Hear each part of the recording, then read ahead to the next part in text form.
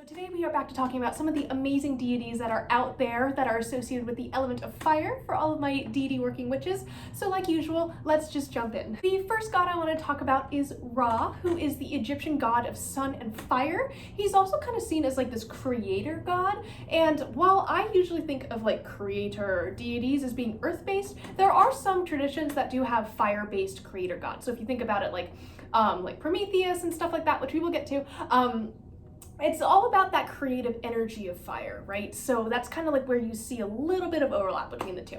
The next goddess is Sekhmet, who is the goddess of war and also associated with the sun and fire, which is really cool. I actually worked with her very, very briefly during the first month of my practice when I thought it was her and it ended up being the Morrigan, two kind of war goddesses. I just wasn't sure which pantheon.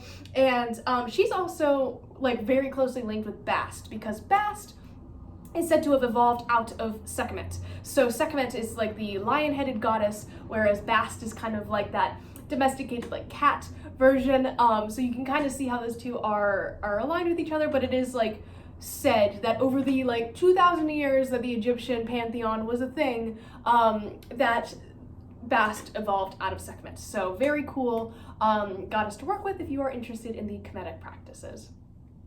The next goddess I want to talk about is Amaterasu, who is the Japanese sun goddess, so if you kind of align with that path. We also have Kojin, who is the Japanese god of fire and the hearth. So kind of like how Hestia is the goddess of the hearth, and I kind of associate, for whatever reason, goddesses with hearths. Kojin is actually, and I'm sorry if I'm saying that wrong, he is the god of the hearth. So I think that is a very cool twist to the traditional women are in the kitchen kind of thing. I don't know what I'm trying to say. Anyways. You have Agni, who is the Hindu god of fire, and when I first saw this, the only thing I could think of, and this is so stupid, and if it's disrespectful, I'm really sorry, but the first thing I thought of was Avatar: The Last Airbender, when they had the Agni Kai, and between Zuko and his dad, and he got his scar and stuff, and I was like, oh, it's interesting that they use that word in a fight of fire, and Agni is a god of fire. I just think that was a cool thing that I didn't notice until I started doing research for this video. So I've seen debate as to whether or not Hinduism is a closed practice. I'm not really going to speak on that because I don't come from that culture.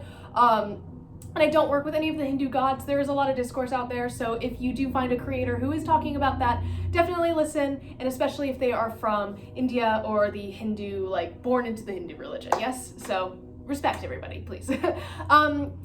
The next goddess I wanted to talk about is Brigid, who we talked about during Imbolc. If you guys want to see those videos, I did those back in February. I am probably going to say that more and more as these videos go on. But she is the Irish goddess of fire and crafts and craftsmanship.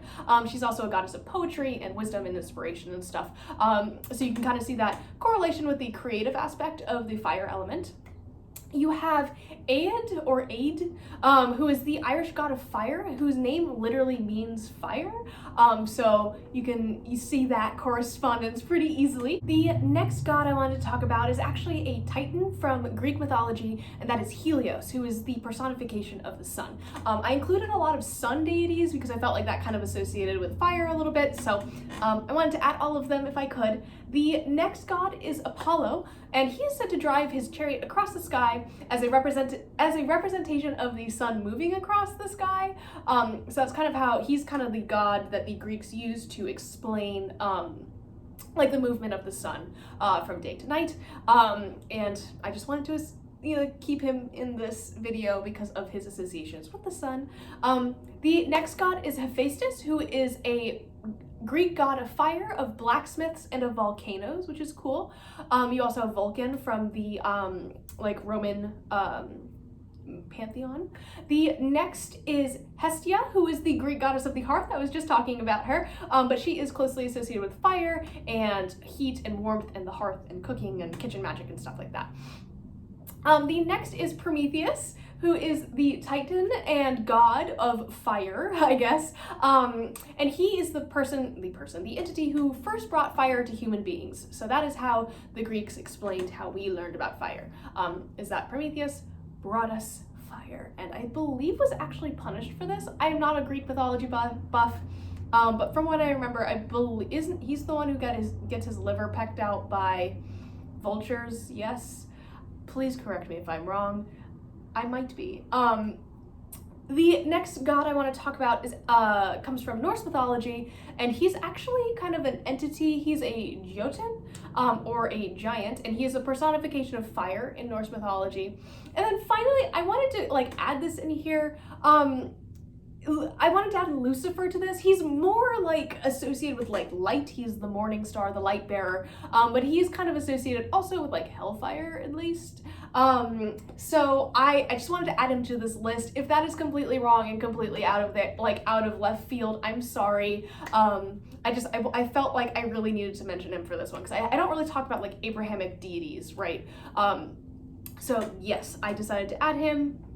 Correct me if I'm wrong. So if you are interested in working with the fire element within your craft and also kind of are interested in dragon magic, it might be something that you want to check out.